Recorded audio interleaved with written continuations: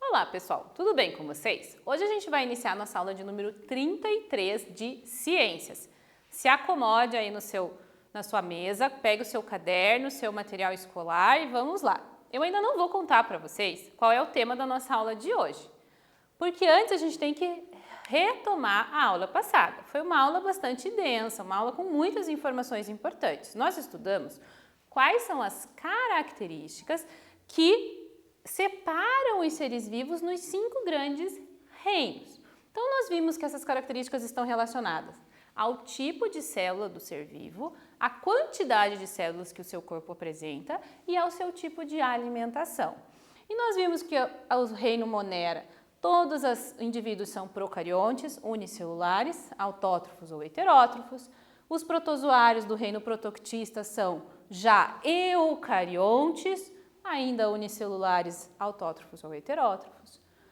Que o reino das plantas são todos eucariontes, mas pluricelulares, somente pluricelulares, e autótrofos, exclusivamente autótrofos.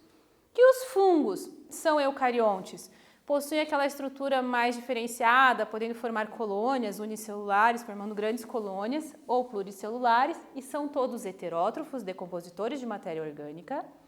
E os animais que, por sua vez, são todos eucariontes, pluricelulares e heterótrofos, se alimentam de substâncias dissolvidas no ambiente. E agora, pessoal, eu vou fazer uma pergunta muito intrigante para vocês.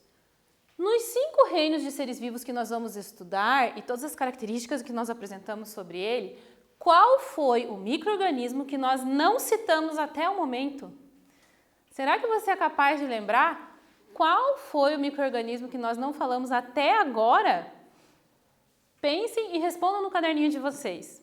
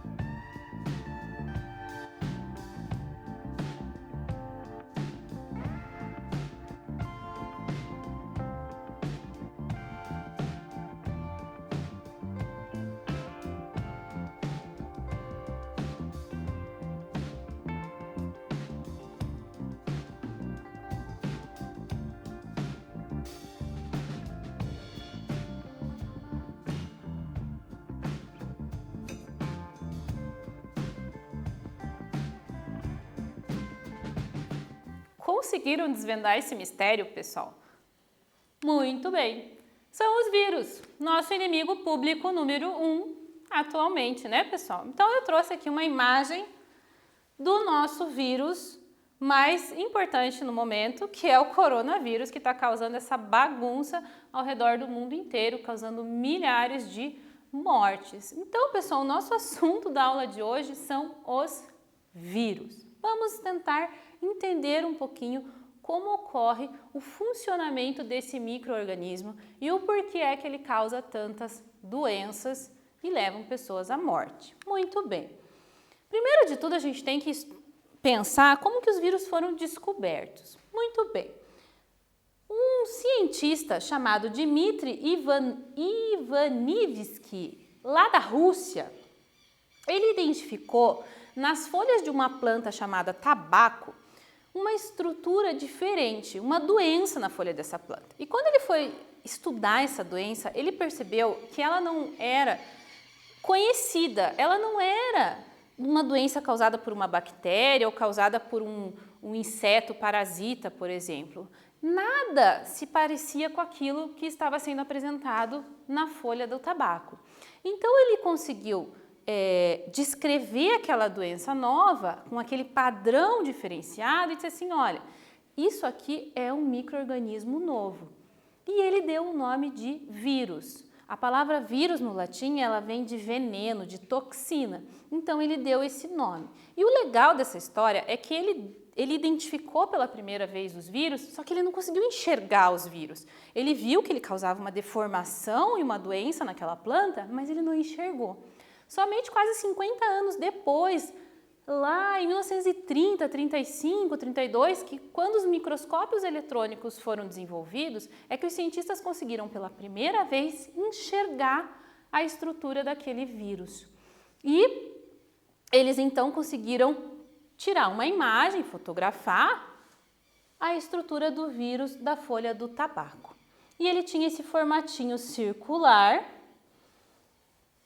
e alongadinho, parecia uma canetinha, né? Muito bem.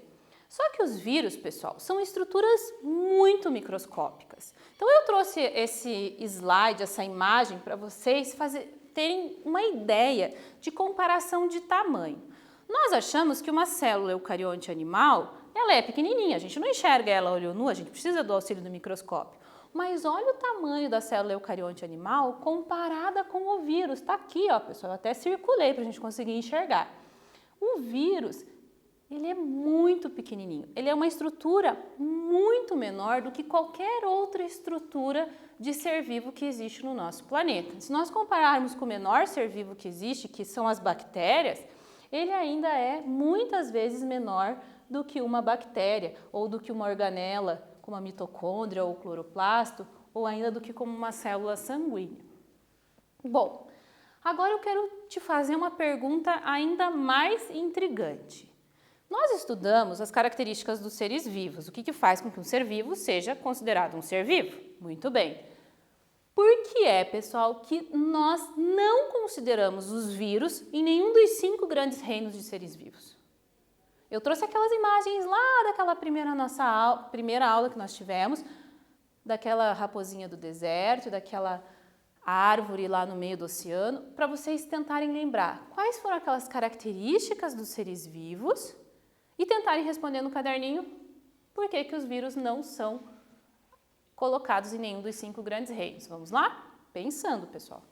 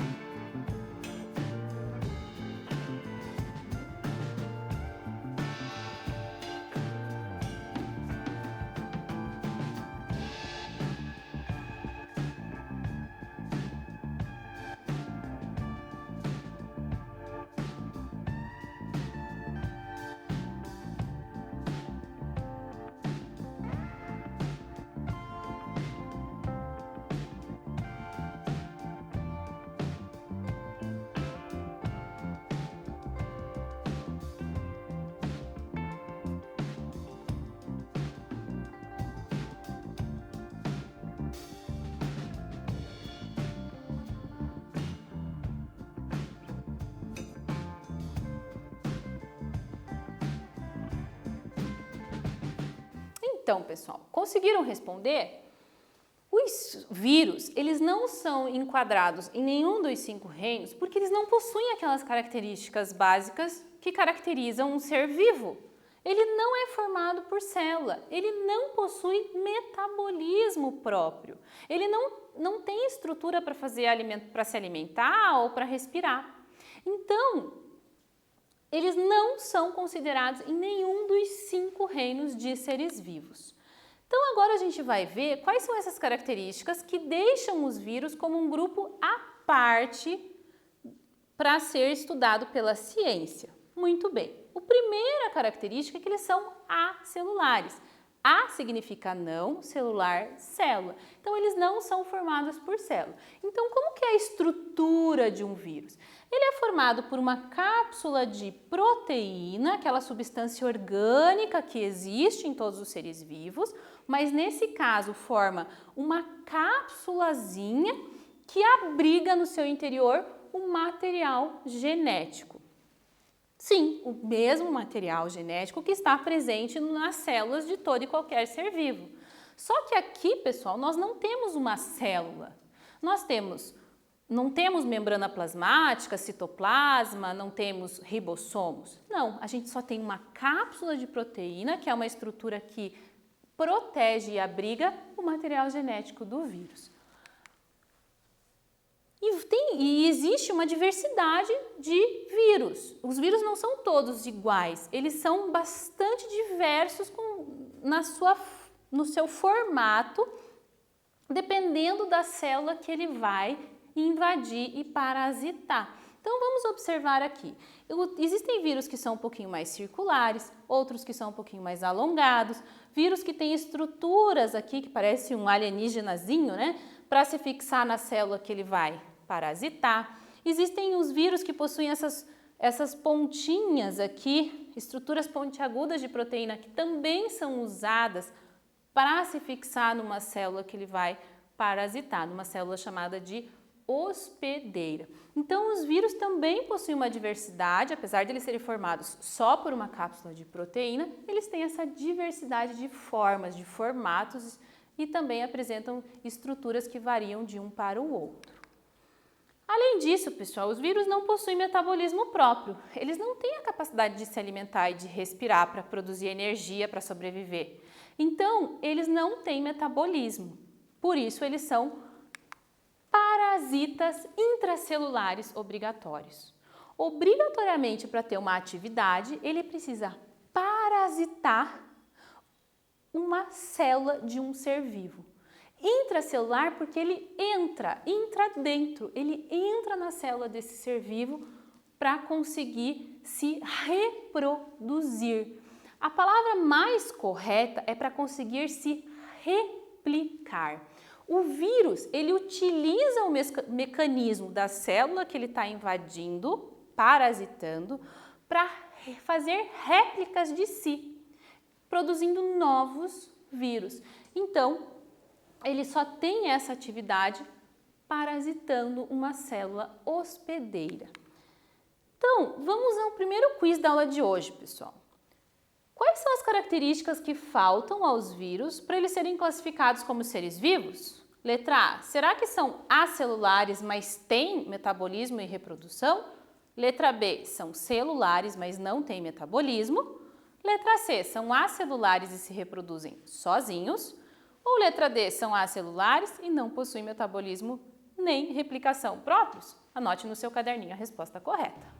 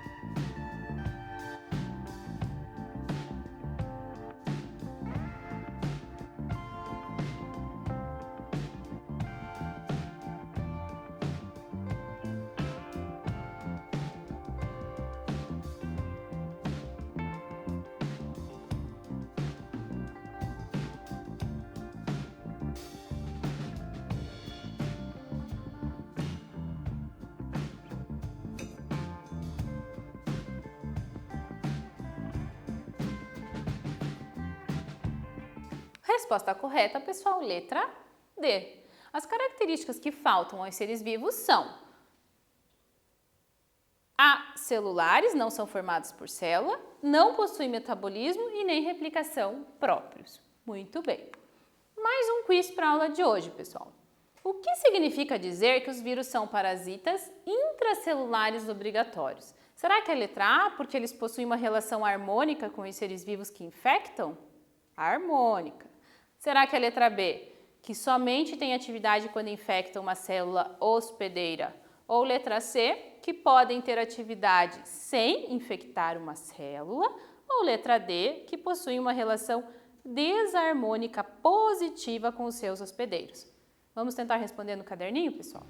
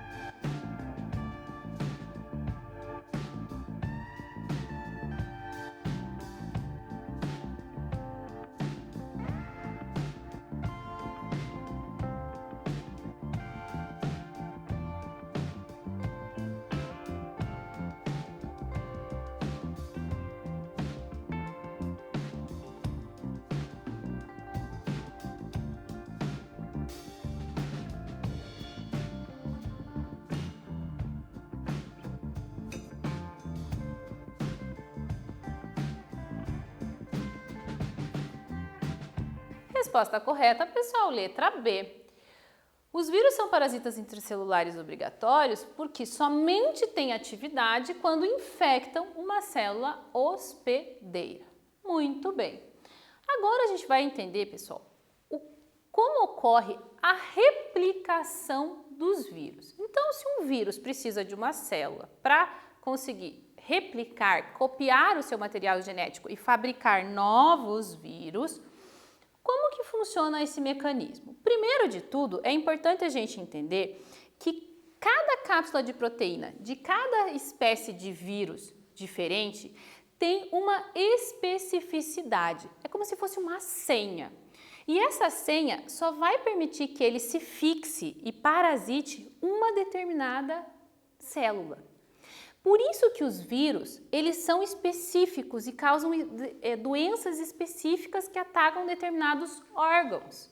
Porque, por exemplo, um vírus que causa hepatite, que é uma doença que causa inflamação no fígado, ele só vai infectar as células do fígado. A cápsula de proteína dele vai ter aquela senha específica para conseguir parasitar e entrar dentro da célula do fígado. Isso é muito importante para a gente entender por que determinados tipos de vírus causam determinadas doenças e atacam determinados órgãos. Porque a cápsula de proteína do vírus, ela é específica para abrir uma determinada membrana plasmática de uma determinada célula. Muito bem. Então, a partir do momento que o vírus encontra essa célula, o vírus fica espalhado no ambiente, pessoal. Ele está espalhado em todos os ambientes da Terra e fica lá inerte, sem qualquer atividade, como se fosse morto, paradinho.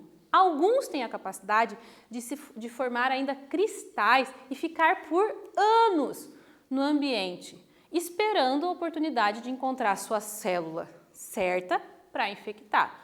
Outros se desfazem no ambiente com o passar de dias ou até mesmo horas.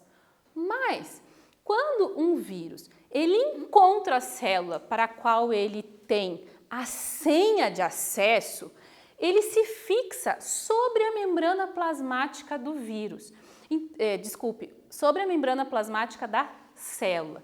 O vírus ele fica em cima da membrana plasmática da célula. Essa cápsula de proteína se prende à membrana plasmática da célula e ele abre a membrana plasmática e injeta o seu material genético dentro da célula. Então, a gente pode observar aqui o vírus se fixando, injetando o seu material genético dentro da célula. Lá no interior da célula, esse material genético engana a célula. E a célula começa a reproduzir, fazer réplicas, a copiar esse material genético do vírus. E começa a copiar também aquela proteína que faz a cápsula do vírus. E o vírus se utiliza dessa célula para se multiplicar, para se reproduzir, se replicar. E formam-se no interior da célula novos vírus, novas cápsulas de proteínas com o material genético lá dentro, que são liberados depois através da membrana plasmática para fora da célula. Uma vez fora da célula, os vírus se espalham e são capazes de infectar outras células. E assim eles vão se multiplicando no corpo de um outro ser vivo. Mas eu quero que vocês pensem comigo. O que acontece com essa célula depois que esses vírus saem de dentro dela? O que será que acontece? Vamos imaginar esses vírusinhos que foram produzidos lá no interior da célula, eles vão sair da célula. O que acontece com essa célula, pessoal? Tentem responder no caderno o que vocês acham que acontece.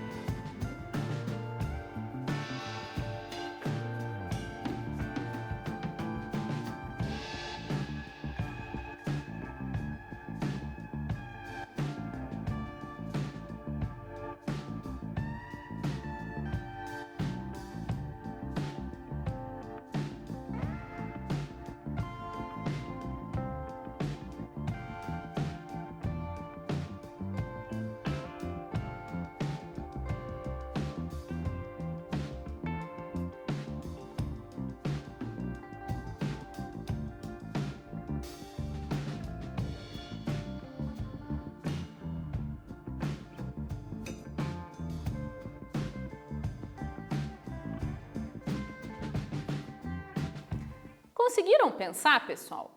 O que acontece com essa célula? Essa célula é destruída. Quando os vírus saem da célula, eles acabam rompendo a membrana plasmática, porque eles saem em grande quantidade. E essa célula acaba sendo danificada e acaba morrendo. E é a morte dessa célula que desenvolve no ser vivo uma determinada doença.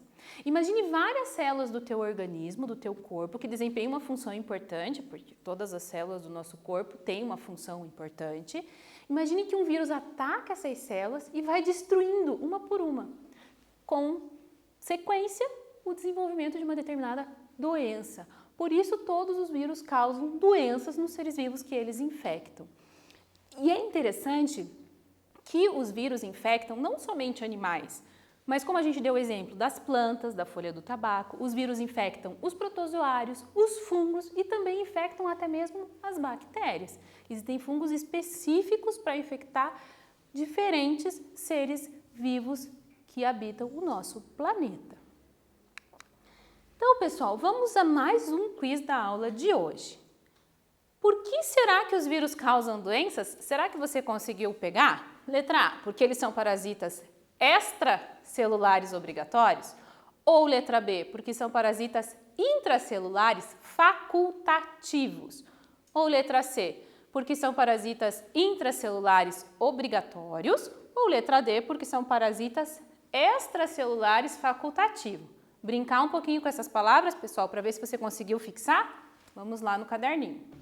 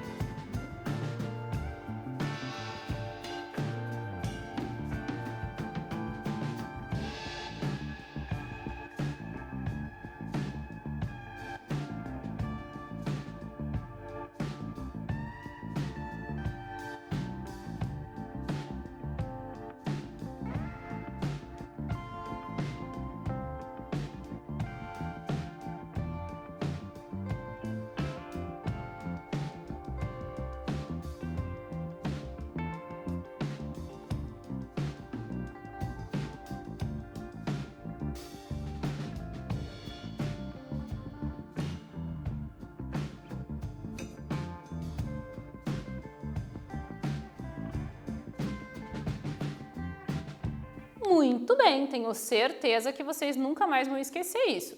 Os vírus causam doenças porque eles são parasitas intracelulares, invadem o interior de uma outra célula obrigatoriamente, para que ele possa ter atividade e possa se replicar, se multiplicar.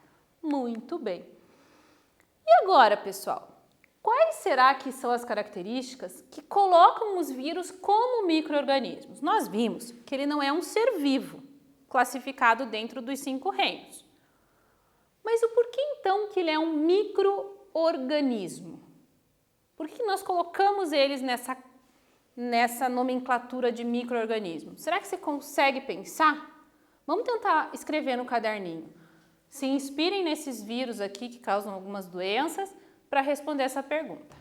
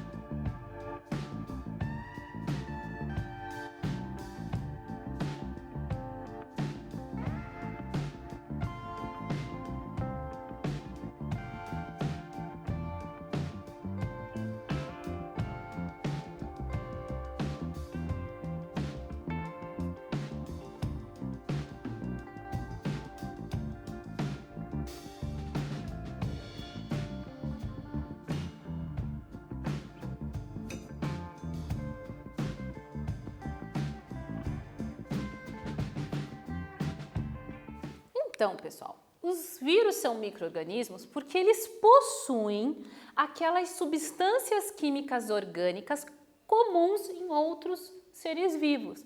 Lembra que todo ser vivo era formado por substâncias químicas semelhantes? O carbono, o oxigênio, o nitrogênio, o fósforo, o hidrogênio e o enxofre? Então, essas substâncias são os ingredientes básicos da vida, compõem os elementos fundamentais de um ser vivo, que são as proteínas. E os vírus são formados, inclusive, por uma cápsula só de proteínas. Então, como eles têm essas substâncias químicas orgânicas e no seu interior eles ainda têm o material genético, que também é formado por essas substâncias orgânicas, por proteínas, os vírus são considerados micro-organismos. E aí a ciência ficou num impasse. Os vírus são considerados seres vivos ou não são considerados seres vivos? Existem duas correntes de pesquisadores. Alguns dizem não, sim, eles são seres vivos. Outros dizem não, eles são micro-organismos porque eles não têm aquelas características fundamentais. Então, o que é importante a gente, como estudante, saber? Que existe essa discussão, que ela é importante, mas que os vírus têm sim características orgânicas e material genético no seu interior, que são comuns a seres vivos, porém não são formados por células e não têm atividade própria. São parasitas intracelulares obrigatórios. Certo, pessoal? Então, na nossa aula de hoje, a gente já aprendeu sobre o nosso inimigo público número 1, atualmente, que são os vírus. Nós vimos que eles são acelulares, não têm metabolismo e nem replicação próprios e, portanto, causam doenças, porque precisam utilizar de uma outra célula, de um ser vivo, para conseguir se replicar. Muito bem. Pessoal, com isso a gente termina a nossa aula de hoje. Não deixem de fazer esse resuminho importantíssimo no caderno de vocês. Se acharem necessário, assistam novamente essa aula, acessem o Classroom, marquem a sua presença na aula de hoje para não ter perigo de levar falta, façam as atividadezinhas que a gente colocou lá para fixar esse conteúdo. E se por acaso você não tem acesso ao Classroom, marque com a sua escola de ir lá pessoalmente buscar as atividades impressas, mas também não deixe de fazer essas atividades impressas e devolver na escola. Combinado, pessoal? Na aula que vem a gente vai falar um pouquinho sobre essas doenças causadas por vírus. Beijo, até a próxima aula!